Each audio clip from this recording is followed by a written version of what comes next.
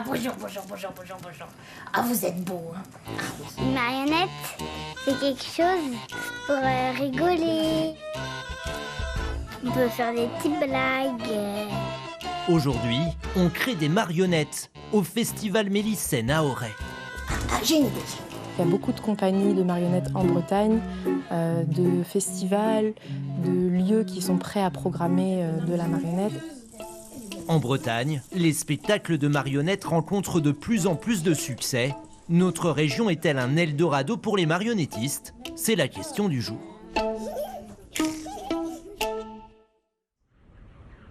Ce jour-là, pas de spectacle sur la scène du théâtre à la Coque. L'ambiance est plus solennelle, devant un parterre de professionnels. On voit bien que le secteur de la marionnette, on nous encourage à travailler sur des grands plateaux.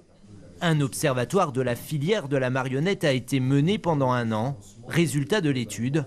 En France, si la marionnette est surtout connue à Charleville-Mézières pour son festival international et son centre de formation, c'est en revanche la Bretagne qui tire les ficelles, juste derrière l'Île-de-France.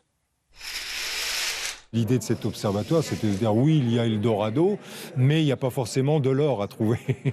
Historiquement, en tous les cas, depuis une bonne vingtaine d'années, il y a des compagnies, il y a un vrai terreau pour le théâtre de marionnettes.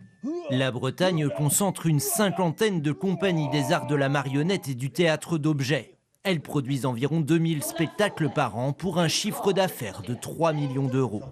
Si la Bretagne est l'un des berceaux de la marionnette, c'est grâce notamment à quelques pionniers qui ont fait se rencontrer les professionnels il y a une vingtaine d'années. Chemin faisant, cette dynamique-là étant créée, ça donnait envie aussi à d'autres compagnies qui étaient installées dans d'autres régions parisiennes ou ailleurs, de venir s'installer en Bretagne. Et donc ça a donné une espèce d'émulation artistique. Il n'a pas dit bonjour. Tout le monde passe trop rapidement et personne ne dit bonjour. Cet art de la proximité peut être joué sur scène, dans la rue et dans les villages, et séduit donc les programmateurs. Je te donne, tu me donnes. Juan Pérez Escala est originaire d'Argentine. Il s'est installé il y a 20 ans dans la région avec ses 400 marionnettes. Il vit à Guilher, une commune à côté de Brest, qui l'aide aujourd'hui à développer ses créations. Guilher, il m'a donné les moyens aussi d'avoir mon atelier et avoir aussi une proximité avec les publics parce qu'on a créé un festival, on a créé un atelier où les gens pouvaient venir voir comment j'ai travaillé, mais aussi j'avais invité d'autres marionnettistes à travailler.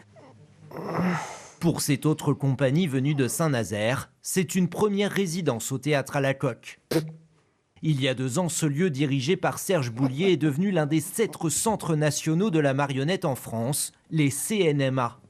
Un label du ministère de la Culture qui était demandé depuis plus de 20 ans par les professionnels. Le fait que les CNMA soient un réseau national, nous, en tant que compagnie, ça nous permet d'aller toucher d'autres territoires. Non, ça change énormément de choses. Enfin, j'espère que ça va changer aussi la vision qu'a encore le grand public sur la marionnette, qui reste toujours un peu réductrice. Plus de visibilité et plus de financement, car les entreprises de marionnettes souffrent aujourd'hui de l'inflation.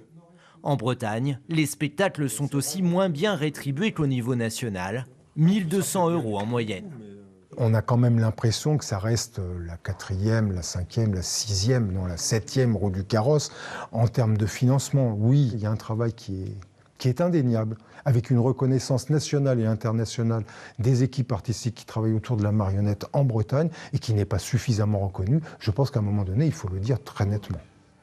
La Bretagne est donc bien un Eldorado de la marionnette, 2e région de France, et dotée d'un centre national à Hennebont,